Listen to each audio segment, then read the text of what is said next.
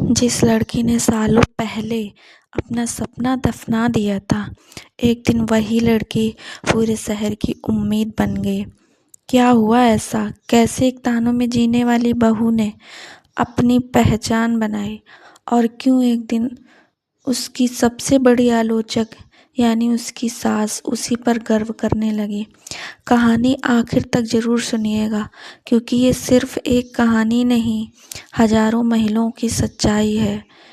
शाम का समय था। आसमान में हल्का अंधेरा उतर चुका था। रसोई में चूल्हे की आंच जल रही थी। प्रेशर कुकर की सीटी, बर्तनों की आवाज़ और बीच बीच में किसी के ताने। पूरे दिन में एक काम ढंग से नहीं होता तुमसे, सास की तेज आवाज़ पूरे घर में गूंज उठे। रसोई में खड़ी नेहा चुपचाप रोटी बेल रही थी। उसकी आंखों के नीचे काले घेरे थे, चेहरा थका हुआ, लेकिन दिल में कहीं एक अधूरा सपना अभी भी जिंदा था। नेहा डॉक्टर बनना चाहती थी। सफ़ेद कोट पहनकर लोगों का इलाज करना उसका बचपन का सपना था।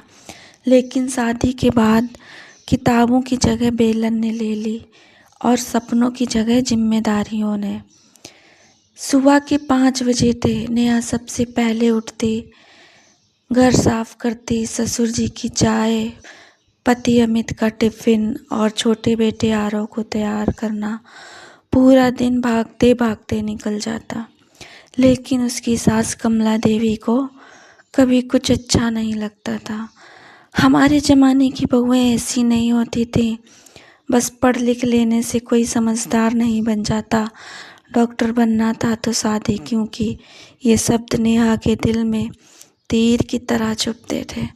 रात को जब सब सो जाते, तब नेहा चुपके से अपनी पुरानी मेडिकल की किताबें निकालती, उन पर हाथ फेरती और फिर आंसू पोंछकर वापस रख देती।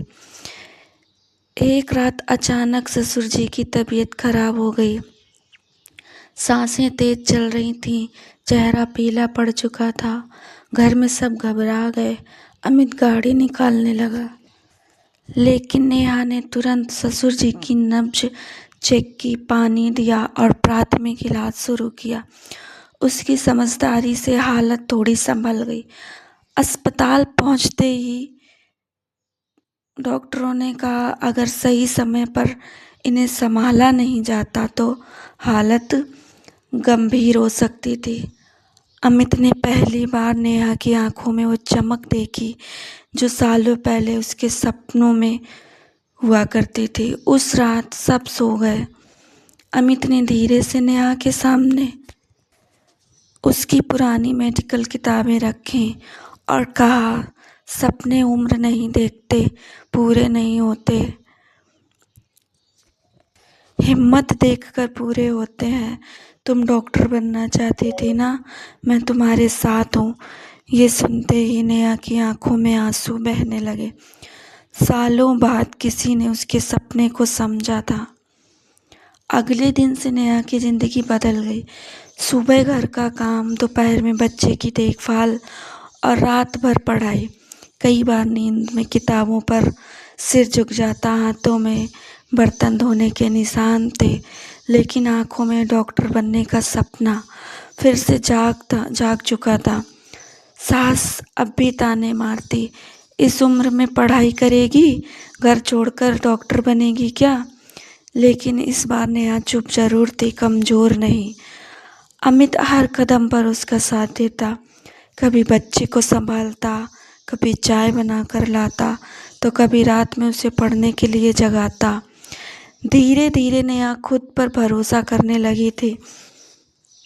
सबसे कठिन दिन, एग्ज़ाम में सिर्फ 10 दिन पहले आरव बीमार पड़ गया। तेज बुखार, पूरी रात अस्पताल, ऊपर से घर के काम। नेहा टूटने लगी थी। उस रात उसने किताब बंद कर दी और रोते हुए बोली, मुझसे नहीं होगा अमित, मैं हार गई। अमित ने उसका हाथ पकड़कर कहा, तुम हारोगी तब जब कोशिश छोड़ दोगी। तुम सिर्फ अपने लिए नहीं, उन हर औरत के लिए लड़ रही हो जो अपने सपने भूल चुकी हैं। ये शब्द नेहा के अंदर नई ताकत भर गए। उसने फिर किताब उठाई। वो दिन जिसका इंतजार था, रिजल्ट वाला दिन। नेहा के हाथ कांप रहे थे। मोबाइल स्क्रीन खुली और अगले ही पल उसकी आंखों में आंसू बहने लगे। उसका चयन हो चुका था। नेहा अब डॉक्टर बनने की राह पर पहला कदम पार कर चुकी थी। अमित खुशी से चिल्ला उठा। आरव अपनी माँ से लिपट गया और तभी कमला देवी धीरे धीरे नेहा के पास आई। उनकी आंखों में भी नमी थी।